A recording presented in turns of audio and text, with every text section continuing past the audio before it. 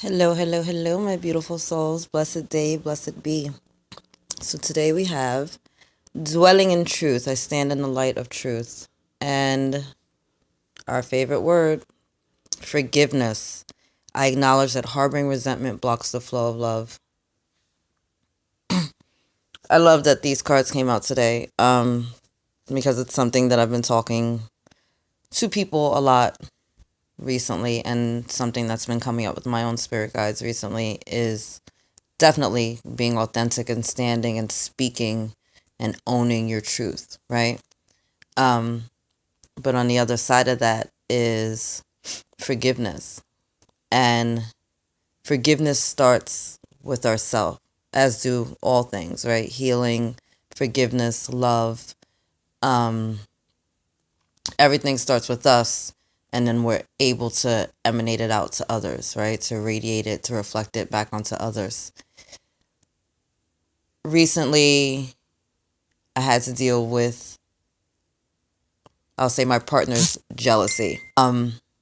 And as cute as that can be, sometimes it also isn't, because I stayed single for several years. One, because I got tired of being hurt and, dealing with lying and cheating and stealing and all the other drama that comes from being in an unhealthy relationship. Um, and also because I just needed to go within and really get me back and be aligned with my highest self. And I had stopped hearing God's voice for a really long time during that those, I'll say, relationships. And I realized that that wasn't something that I wanted in my life ever again. I never wanted to be in a point in my life, whether I was in a relationship or not, where I couldn't hear the voice of the Most High God. So I stayed single for a long time.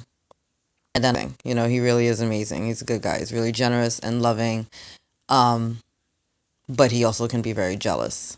And so, in his lack of healing and forgiving the people that he's dated in the past, that ugly head is in our life, right? So everything is questioned, everything is doubted. Um, Fortunately, because of all that I've been through and my dark night of the soul and being aligned with the Most High and realizing that nothing is personal, people are really just reflecting onto you their own pains and their own discord and angers and fear, I don't take it to heart. It's kind of saddening at times, and frustrating, but I don't internalize it because I know that it's really not about me. So, in learning to forgive myself, it's easy for me to forgive him of any perceived or misperceived grievances that may be going on between us, because at the end of the day, I always stand and speak and own my truth. I'm a very simple person. I don't lie, I don't cheat, I don't steal. I will always tell you the truth. You may not like the truth, you may not want to hear the truth, but if you're looking for someone that's going to sugarcoat the truth to you, I'm not that chick. I 1000% stand on my truth. If I'm wrong, I say I'm wrong and I own it. And you can't call ready to stand up and own their shit. If I'm wrong, I'll say I'm wrong in all things. And so this is, these are things that we're learning together. It's hard for him to believe that I'm always going to be honest because he's so used to dealing with people that are being deceptive. But loyalty, love, and honesty are the three ingredients in my kitchen. And if those aren't the things that you have, then you're not welcome to cook with me. Like, that's the energy I will always be on. I don't lie, I don't cheat, I don't steal. So as I learned to forgive myself and I forgave all the people that I used to date for the things that went down, none of which I blame them, because we show people how to treat us, and a person can only go as far as you let them, right? So really, is it their fault that I dealt with the bullshit as long as I did, or is it my fault? No, it was my fault. I needed to learn those lessons. And when the lessons came up, instead of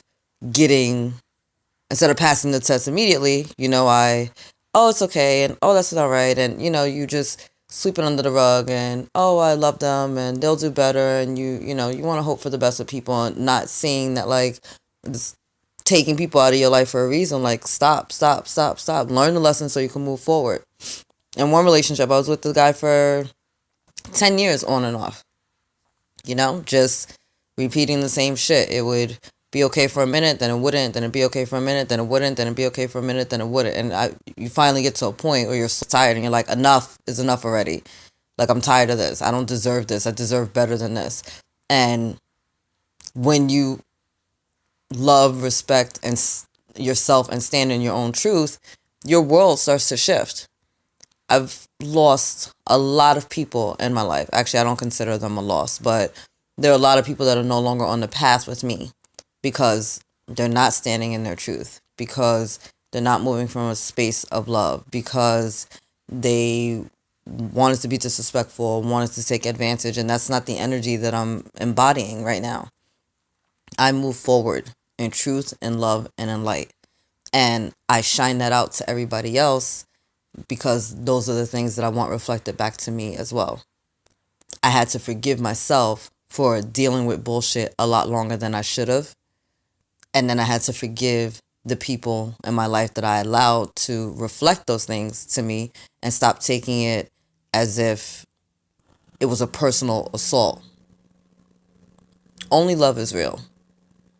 And if that's not the energy that you're getting back from someone, then something needs to shift in your perspective and in your life.